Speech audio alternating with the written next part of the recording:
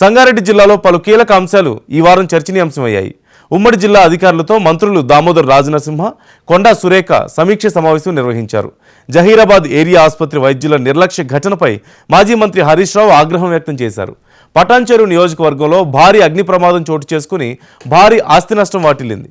ఈ ఘటనలు జిల్లాలో తీవ్ర కలకలం రేపాయి. ఈ వారం సంగారెడ్డి జిల్లా గ్రౌండ్ రిపోర్ట్ను మా ప్రతినిధి ఆసిఫ్ అందిస్తారు.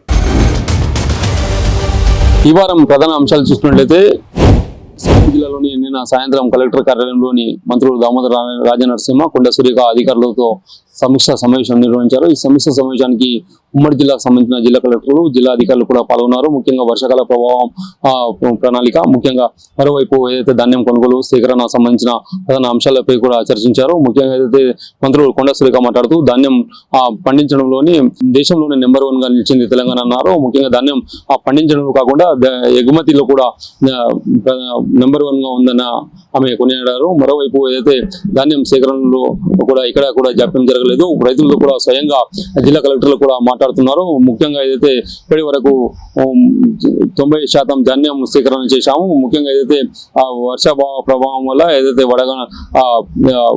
ముఖ్యంగా ఏదైతే ఇక్కడైతే ధాన్యం కొనుగోలు చివరి గింజ వరకు కూడా ధాన్యం సేకరిస్తామని ఇప్పటికీ కూడా రైతులకు కూడా హామీ ఇచ్చారు. ముఖ్యంగా ప్రజాప్రభుత్వం ఉంది. ప్రజాప్రభుత్వంలోని ఇక్కడ కూడా రైతు ప్రభుత్వం కూడా అని ఆమె తెలిపారు. ఏదైతే దామోదర్ రాజనరసింహ మాట్లాడుతూ భూభారతి చట్టం ఏదైతే ఉందో భూభారతి చట్టం రైతులకు చుట్టం అని కూడా ఆయన కూడా తెలిపారు.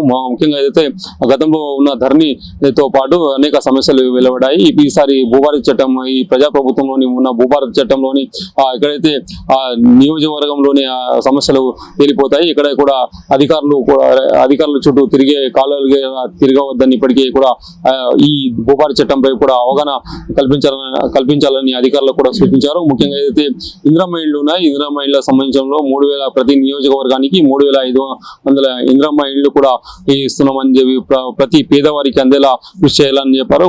ప్రజాప్రభుత్వంలోని ఇది ఏదైతే ప్రతి అర్హుడికి ప్రతి పేదవారికి అర్హులైన ప్రతి పేదవారికి కూడా ఇందిరమ్మ ఇళ్లు సంక్షేమ పథకాలు అందించాలని ఇప్పటికే జిల్లా అధికారులు కూడా మంత్రులు కూడా సూచించారు. మరోవైపు సీజనల్ వ్యాధులు వర్షాకాల ప్రభావం వల్ల సీజనల్ వ్యాధులు అప్రమత్తంగా ఉండాలని జిల్లా వైద్య ఆరోగ్య శాఖ మంత్రి దామోదర్ రాజనరసింహ కూడా సూచించారు.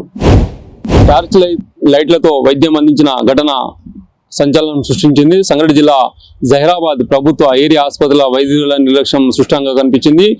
వైద్యులు ఏదైతే కరెంటు లేకపోవడంతో అక్కడైతే ఎమర్జెన్సీ వార్డులో రోగులను టార్చ్ లైట్లతో వైద్యం అందించిన ఘటన ఒక్కసారిగా వెలుగులో వచ్చింది. ముఖ్యంగా వైద్యుల నిర్లక్ష్యమే రోగుల ప్రాణాలను బలి తీసే విధంగా ఉందని ఆగ్రహం వ్యక్తం చేశారు ప్రజలు. ముఖ్యంగా ఏదైతే ప్రభుత్వ ఏరియా ఆసుపత్రి ఉందో ఆసుపత్రిలోని రోజు వందలాది రోగులు కూడా వస్తుంటారు. అక్కడ ఏదైతే వైద్యం లోని ప్రధానంగా జనరేటర్ పని చేయకపోవడం, దాంతోపాటు కరెంట్ పోవడంతో వైద్యులు టార్చ్ లైట్లతో వైద్యం అందించడం ఘటనతో మాజీ మంత్రి హరీష్ రావు కూడా ట్వీట్ చేశారు. ముఖ్యంగా ప్రభుత్వంపై ఆగ్రహం వ్యక్తం కూడా చేశారు.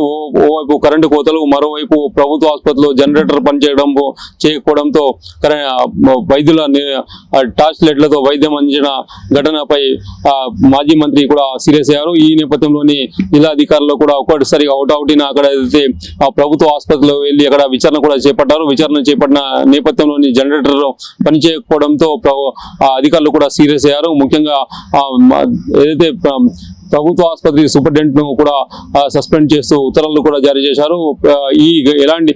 ఈకపై ఏదైతే దామోదర్ రాజనరసింహ కూడా ఇప్పటికీ ఈ ఘటనపై సీరియస్ అయ్యారు. ఇక్కడైతే ప్రభుత్వ ఆసుపత్రిలోని ఇలాంటి నిర్లక్ష్యం వహిస్తే ఎంతటి వారినైనా ఉపేక్షించలేదని ఆయన కూడా వార్నింగ్ కూడా ఇచ్చారు.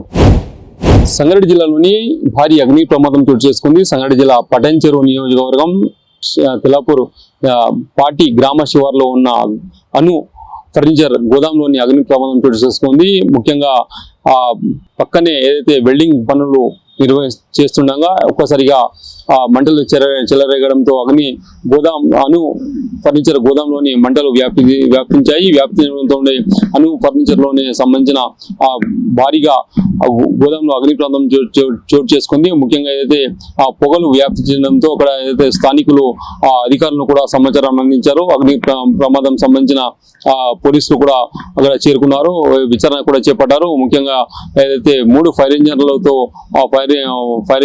కూడా ఏదైతే అగ్ని ప్రమాదానికి సంబంధించిన మంటలను కూడా ఆర్పేందుకు ప్రయత్నం చేశారు. ముఖ్యంగా ఏదైతే అగ్ని ప్రమాదం చోటు చేసుకుందో అక్కడ ఏదైతే చుట్టుపక్కల ప్రజలు కూడా భయాందోళనకు గురయ్యారు.